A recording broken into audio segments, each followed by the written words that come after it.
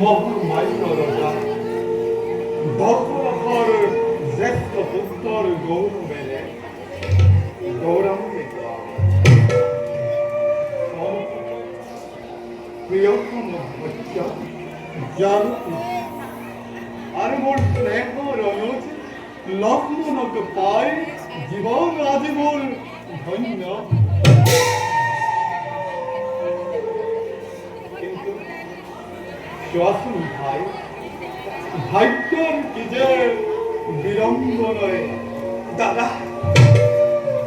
রাজভোগ ত্যাগ করে রাজধর্ম পালন করে এই বনবাসী জীবনের মেন ছিল যে অনামের খুব পাম বলে ভাই এই বনবাসী জীবনের মেনে ছিল পতনে সেয়া কিন্তু হয় মুখে মুখে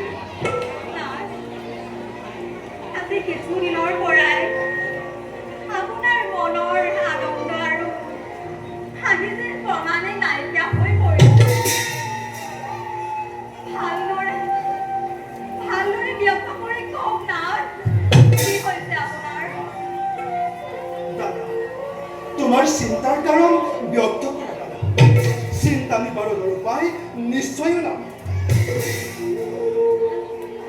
তোমালোকৰ দুখ কষ্ট দেখি মোৰ অন্তৰ একেবাৰে দহিব লাগিছে। জানকী, তুমিতো ৰাজসী জনকৰ গৃহত নানা ভোগ বিলাপৰ মাজত লালিত পালিত চক্ৰৱৰ্তী ৰজা দশৰথৰ প্ৰথম বোৱাৰী হিচাপে তুমি যি সন্মান পাব লাগিছিল সেয়াকৈ মুখে মুখে একালৰ ৰাজবধূ ৰাজকন্যা আজি বন্য পশুৰ লগৰীয়া অকালত জীৰ্ণ বস্তু তথা বন্য ফল ফুল আজি আমাৰ খাদ্য কোৱা ভাই, তোমালোকৰ এনেকুৱা অৱস্থা মই কিদৰে সহ্য কৰিম?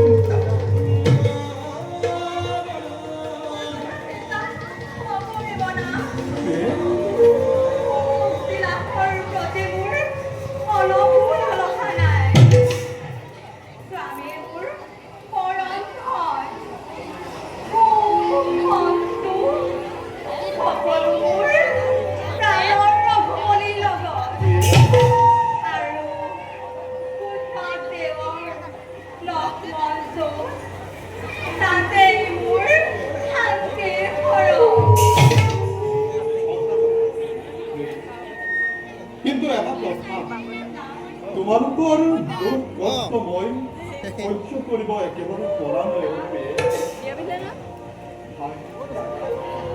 তুমি জানকীক লৈ এতিয়াই সংস্থানে কৰা দাদা, তোমাৰ সত্যৰ হৈ আমাক বনবাস খাটিবলৈ বাধ্য কৰাইছে। বেলেগে শৰীৰৰ ৰক্ত দি ৰাজসিংহাসন আৰোহণ কৰে, কিন্তু তুমি দাদা পুৰুষাৰ্থ হিচাপে লাভ কৰা সিংহাসনো স্বইচ্ছাই কৰিছা দিয়া।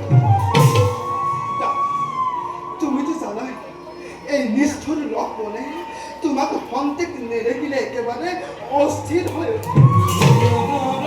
তোমাৰ বাহিৰে জীৱজগতৰ সকলোবোৰ তুচ্ছ।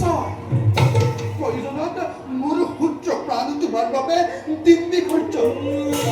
কিন্তু দাদা, তোমাকে এই বলৰ মধ্যত অকলে এৰি আমি নিজ ৰাজ্যলৈ নাযাওঁ নেকি দাদা? মোৰ প্ৰতি তোমাৰ এনে স্নেহ কৰি নোৱাৰো। জগততে এনে ভাতৃ প্ৰেম সঁচাকৈ বিৰল। ধন্য পাই তোমাক পাই আজি মোৰ জীৱন সঁচাকৈ ধন্য।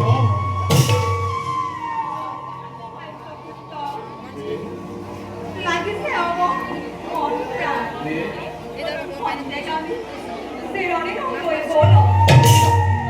চিন্তাশীল মনক বিশ্ৰাম দিয়াটো প্ৰয়োজন। আমি সন্তাকে কৰ্মৰ